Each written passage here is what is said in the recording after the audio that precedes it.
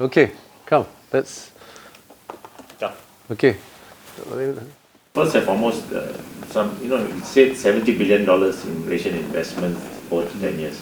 That investment is in shares or in factories or what sort of investment?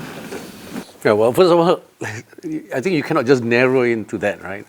You have to understand that in this negotiation is very different from any other negotiation. This is not a typical FTA negotiation where you're given 12 to 18 months. 12 months is the record that we've done, right? To look at all the aspects. And in any negotiations, it's both countries have to go towards an agreement where we feel is fair, right? In this case, we have to look at what other countries are doing, right?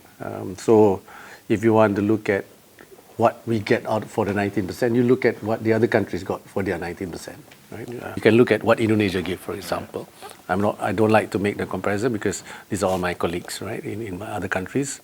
So you look at that comparison. You must understand that for Malaysia, we have challenges because I have, as a negotiator for the country, not all are under my jurisdiction. So we coordinate for the country. That means I need to talk to Jakim for halal. I need to talk to Kementerian Digital. I need to talk to MOF, of course. I need to talk all. And I have to get their agreement and their understanding and then bring to Cabinet to look at the big picture. Because, of course, naturally every ministry will say no to everything, right? Because they feel that this is their turf and we shouldn't give in, right? Unless they give in. Right? But in this case, there is no unless they give in. It's like the thing is, this negotiation is, what can you give, then I'll decide tariff. We have to go into the negotiation table and say, look, what exactly are your red lines, right?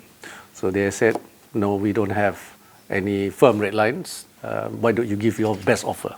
So of course we came in with our best offer. And as I expected, in any negotiation, that wasn't our best offer, right? It's our initial offer, right? So then they said, okay, if that's the offer, then you might even get more. Then you have 25% that or at that time 24%, right? So you better give a proper offer, which we feel that's justifiable for us to bring to the president. So this is both the Secretary of Commerce as well as the US Trade Representative, and they are chief negotiator as well. They've been very professional because they don't force us to do anything.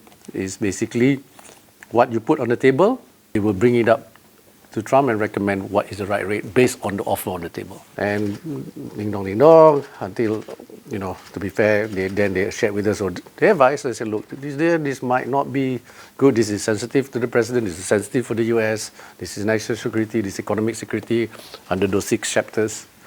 So then we said, okay, we understand that we submit a proposal. We also showed all our red lines. Our red lines on the Bumi Putra issue, our red line on the government procurement, our red line on the strategic interest, our red line on excise duty, our red line on halal, our red line, just name it, right? No other. Even on tariff line, the first chapter, we say 98% we give on reduction and zeroing, right? Reduction and zero tariff. But how many percent of that is zero tariff? 61%. I don't want to say in other countries, you know what they are. There's 99 or 100. If you are in America, honestly speaking, would you give us the 19%? It's not easy, right? Because we have to look at where we are, because we need to be competitive. We know the other countries at 19 and 20. Do you know the other countries give 100%? Do we know the other countries no extra shareholder limits? We know the other country have no Bumi issue. We know the other country don't have a big trade deficit like us. So you must understand, when you sit on the US side, you look at Malaysia, what are you doing? You really want to get 25 or 30%, is it? Right? Right. So back to that number. Okay. So what do? We have to be smart about it, right? So we say, look, on the reducing the trade deficit, since that's your major issue, one is the Boeing. So we had ordered 30, and we have an option to buy another 30. Of course, to be fair, they can say easily, like, look, you already committed in March. This is nothing new.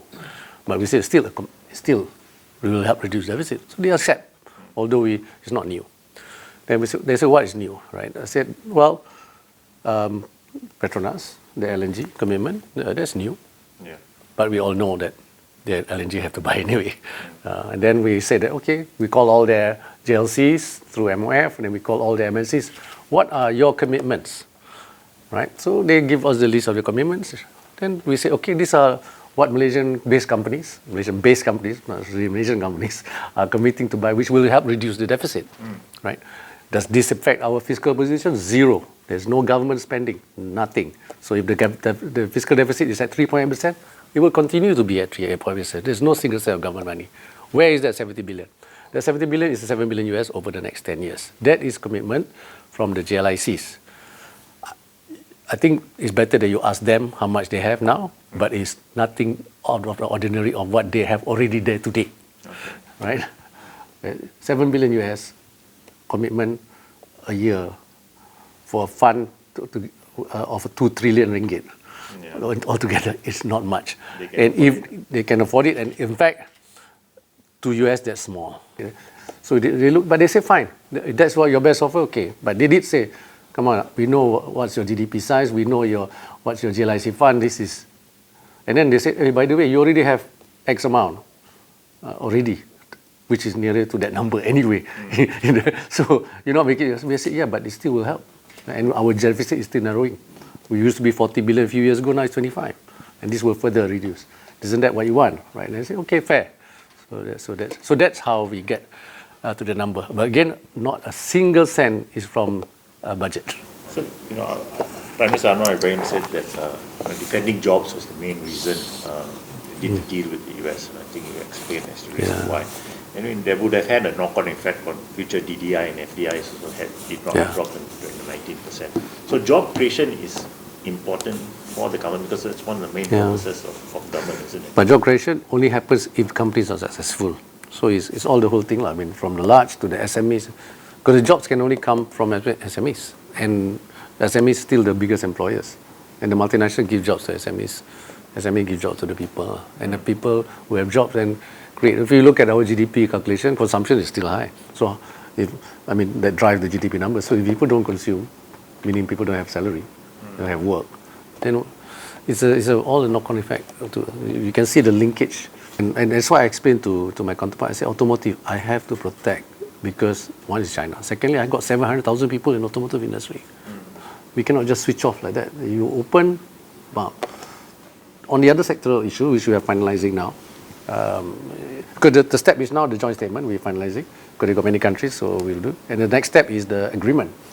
So the agreement, the one that's not under 232, which like palm oil, like rubber, like cocoa, they all verbally has agreed. We're not producing it, we give you zero. Right? We're not competing. But the one that's competing, 19 lah. But the one that is not even that list, like steel, I think it's steel, 40, 50, there's a different, that one remain lah, but luckily we don't export steel lah.